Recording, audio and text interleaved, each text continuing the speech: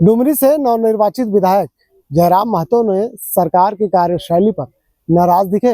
उन्होंने कहा कि जिस तरह से सदन के भीतर तमाम सदस्यों ने सरकार से सवाल पूछ रहे हैं या सदन के आसन तक सब सरकार से सवाल ला रहे हैं, तो ऐसे में सरकार का हक बनता है कि सदस्यों का जवाब दे। लेकिन जिस तरह से सदन के भीतर जो सरकार का रवैया है, कहीं ना कहीं जयराम महतो उससे खफा नजर आए। जयराम महतो जैसे ही विधानसभा परिसर पहुंचे तो कल भी उन्हें तारांकित प्रश्न पूछने से रोक दिया, समय नहीं दिया गया था, और आज फिर भी उसी प्रश्न को लेकर जयराम महतो सरकार को आईना दिखाते हुए नजर आ रहे हैं। तो क्या कुछ कहते हुए नजर आ रहे हैं डुमरी विधायक, चलिए हम आपको सुनाते हैं। गरिमा होती है सदन में, जो कार्य होता है सदन में, जो बहस होता है सदन में, जो वाद विवाद होता है सदन में, जो चर्चा परिचर्चा होता है, उन पर कार्रवाई होना ही चाहिए। सरकार को जो भी विषय माननीय सदस्य जो भी मामला उठाते हैं, चाहे पानी को लेकर हो, बिजली को लेकर हो, स्वास्थ्य को लेकर हो, अवैध खनन को लेकर हो, बालू कोयला, जो भी मामला आता है उसमें जांच की टीम को एक बार जाकर रिपोर्ट करने के लिए भेजे और कार्रवाई किया जाए, तभी सदन की सार्थकता रहेगी। आदिवासियों की संख्या घट रही क्या, इस पर भी एक सवाल उठ रहे हैं। देखिए, निसंदेह जैसा कि अनुमान है, क्योंकि एग्जैक्ट डेटा नहीं है अभी तो, लेकिन अनुमान है कि संख्या में ना सही प्रतिशत में गिरावट आई है।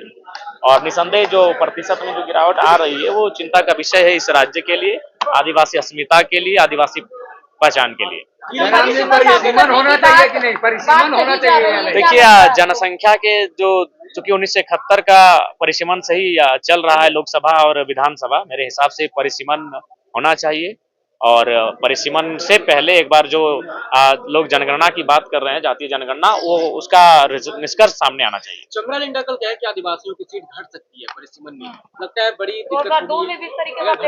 देखिए, सबसे मेरा कहना यही है, मान के चलिए जनगणना सामने आती है और आदिवासी अगर राज्य में 25% होते हैं और मान के चलिए परिसीमन में 100 सीटों की संख्या 25 होती है, 100 होती है, 150 होती है, तो 150 का जो 25% होगा वो रिजर्व किया जाए आदिवासियों के लिए।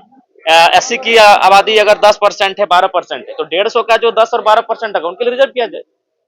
जो उनकी जनसंख्या इस राज्य में होगी जनगणना के पश्चात, उस जनसंख्या के आधार पे उनकी सीटें को आरक्षित किया जाए। वैसे में कुर्मियों को फायदा होगा इससे। कुर्मी तो 70 साल से सबसे अपेक्षित और सबसे प्रताड़ित कौम बन के रह गई है।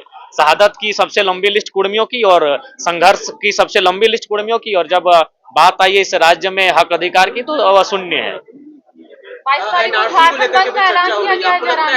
देखिए, हमारे लिए 1932 का खतियान एनआरसी से भारी है। 1932 के खतियान पर ही चर्चा होनी चाहिए। 22 तारीख को झारखंड बंद का ऐलान किया गया आदिवासी। निसंदेह, मैंने कल भी कहा था, जब किसी की अस्मिता पे संकट आता है तो वो आंदोलन के लिए बाध्य होते हैं, और निसंदेह कोई भी कौम रहे वो आंदोलन तो करेगी अगर अस्मिता पे सवाल आएगा तो।